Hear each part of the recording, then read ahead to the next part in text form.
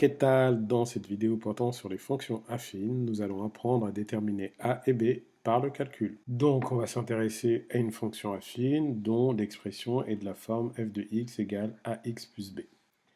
Déterminer l'expression d'une fonction affine, c'est en fait déterminer les valeurs des nombres a et b. Pour pouvoir faire cela par le calcul, il est indispensable de connaître deux couples antécédents images par f. En fait, il faut disposer de deux antécédents et connaître leurs images respectives par f. Pour déterminer l'expression d'une fonction affine, on commence d'abord par calculer a à l'aide de la formule qui est en train d'apparaître ici. Donc a, le coefficient directeur, c'est égal à f de x2 moins f de x1 sur x2 moins x1.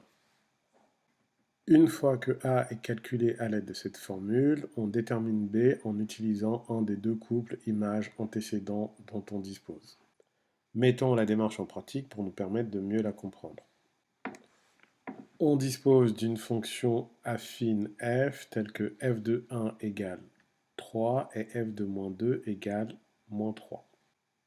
On réutilise la formule vue auparavant, donc a égale f de x2 moins f de x1 sur x2 moins x1, avec ici x1 égale moins 2 et x2 égale 1. Si on adapte notre formule, ça nous donne que a est égal à f de 1 moins f de moins 2 sur 1 moins moins 2. On va poursuivre le calcul. Donc f de 1 c'est 3, moins f de moins 2 moins 3, sur 1 moins moins 2. Donc, ce qui donne au numérateur 3 plus 3 sur 1 plus 2, c'est-à-dire 6 tiers, soit 2.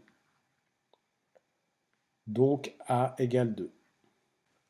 Ainsi, on peut dire que f de x égale 2x plus b, puisque a est égal à 2. Pour calculer b, on va utiliser le fait que désormais f de x égale à 2x plus b, puisque l'on connaît a, et le couple antécédent image 1, 3, à savoir le fait que f de 1 est égal à 3. Eh bien, f de 1 est égal à 3 nous autorise à dire que 2 fois 1 plus b est égal à 3. On a juste remplacé x par 1 dans cette expression-ci. On a donc une équation du premier degré avec b comme inconnu. On la résout, donc ici ça nous donne que 2 plus b est égal à 3, ce qui permet de dire que b est égal à 3 moins 2, donc équivaut à dire que b est égal à 1.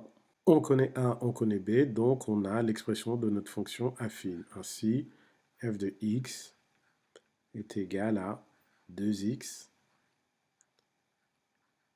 plus 1. Petite remarque, nous avons ici le déroulement du calcul que nous aurions effectué si on avait choisi le couple antécédent image moins 2, moins 3. Eh bien, on arrive à la même valeur de b. b est égal à 1. Tout ceci pour vous dire que, quel que soit le couple antécédent image que vous choisissez pour le calcul de b, vous devez trouver la même valeur. Avant de conclure, j'aimerais revenir sur la formule qui donne a. Beaucoup d'élèves l'apprennent par cœur, mais parfois sont perturbés au moment de la restituer. Ils ne savent plus si c'est x1 moins x2 ou x2 moins x1. En fait, a est aussi égal à f de x1 moins f de x2 sur x1 moins x2. Dans cette version-ci, le numérateur est l'opposé de celui-ci. Pour passer de là à là, on multiplie par moins 1. Il y a exactement la même relation avec les dénominateurs. Pour passer de là à là, on multiplie par moins 1.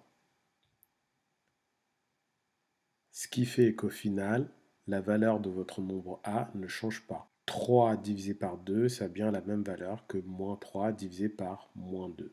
Ce qu'il faut retenir, c'est que A est égal à la différence des images sur la différence des abscisses. Ce qu'il faut, c'est juste garder le même ordre en haut et en bas. Cette vidéo est à présent terminée. À très bientôt.